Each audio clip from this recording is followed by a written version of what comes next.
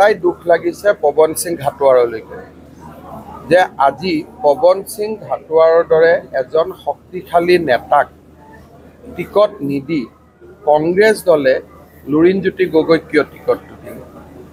গতিকে কামাখ্যা তাছাটো সাংসদ হ'ব পাৰিলে, পৱন সিং ঘাটোৱাৰটো সংসদো হ'ব নোৱাৰিলে। গতিকে আজিৰ দিনটোত মই পৱন সিং ঘাটোৱাৰক এজন চাহ শ্ৰমিকৰ ইমান শক্তিশালী নেতা এজনক, যি অসম চাহ শ্ৰমিক সংঘৰ সভাপতি, তেওঁক কংগ্ৰেছ দলে কিয় অপমান কৰিলে সেই বিষয়ে মই সাংবাদিকসকলক অনুৰোধ কৰিম কেতিয়াবা কংগ্ৰেছ দলৰ নেতাসকলক লগ পালে সুধিব।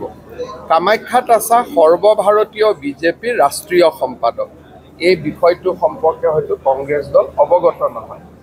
কামাখ্যা তাছাৰ তুলনাত পৱন সিং ঘাটোৱাৰ বয়স অভিজ্ঞতাত বহুত পুৰণা। মই ভাবোঁ যে কংগ্ৰেছ দলে ডিব্ৰুগড় আসনত পৱন সিং ঘাটোৱাৰক টিকট নিদি অসমৰ চাহ শ্ৰমিকসকলক তেওঁলোকে যে গুৰুত্ব নিদিয়ে সেই বাৰ্তাটো পঠিয়ালে।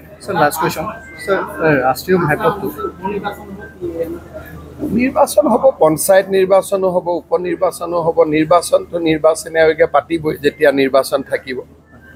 ৰাষ্ট্ৰীয় ঘাইপথৰ যিটো অৱস্থা, আজি আপুনি অহাৰ বাবে কালি নিশাৰে পৰা NHRCL খুব তৎপৰ, কিন্তু খুব বিপদ। তেওঁলোকে মোক জনোৱা মতে, আৰু মই এইটো বিষয় ৰিভিউ কৰি আছোঁ, তেওঁলোকে মোক কৈছে ছাৰ এই বছৰত আমি নেশ্যনেল হাইৱেটো সম্পূৰ্ণ কৰি দিম।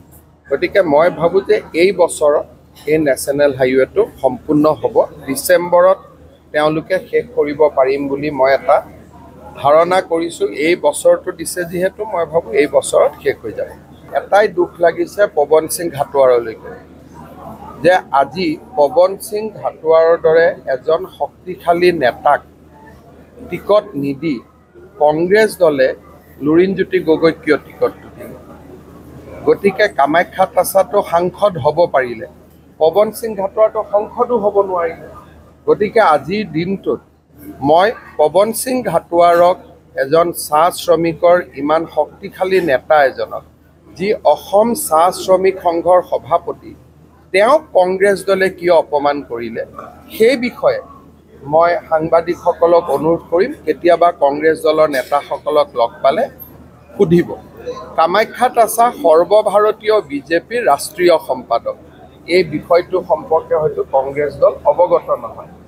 কামাখ্যা তাছাৰ তুলনাত পৱন সিং ঘাটোৱাৰ বয়স অভিজ্ঞতাত বহুত পুৰণা।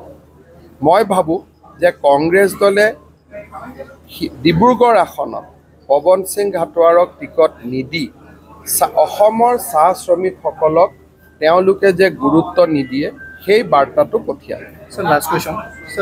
ৰাষ্ট্ৰীয় ঘাইপথটো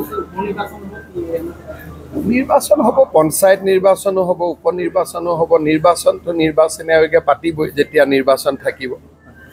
ৰাষ্ট্ৰীয় ঘাইপথৰ যিটো অৱস্থা, আজি আপুনি অহাৰ বাবে কালি নিশাৰে পৰা NHRCL খুব তৎপৰ, কিন্তু খুব বিপদ। তেওঁলোকে মোক জনোৱা মতে, আৰু মই এইটো বিষয় ৰিভিউ কৰি আছোঁ, তেওঁলোকে মোক কৈছে ছাৰ এই বছৰত আমি নেশ্যনেল হাইৱেটো সম্পূৰ্ণ কৰি দিম।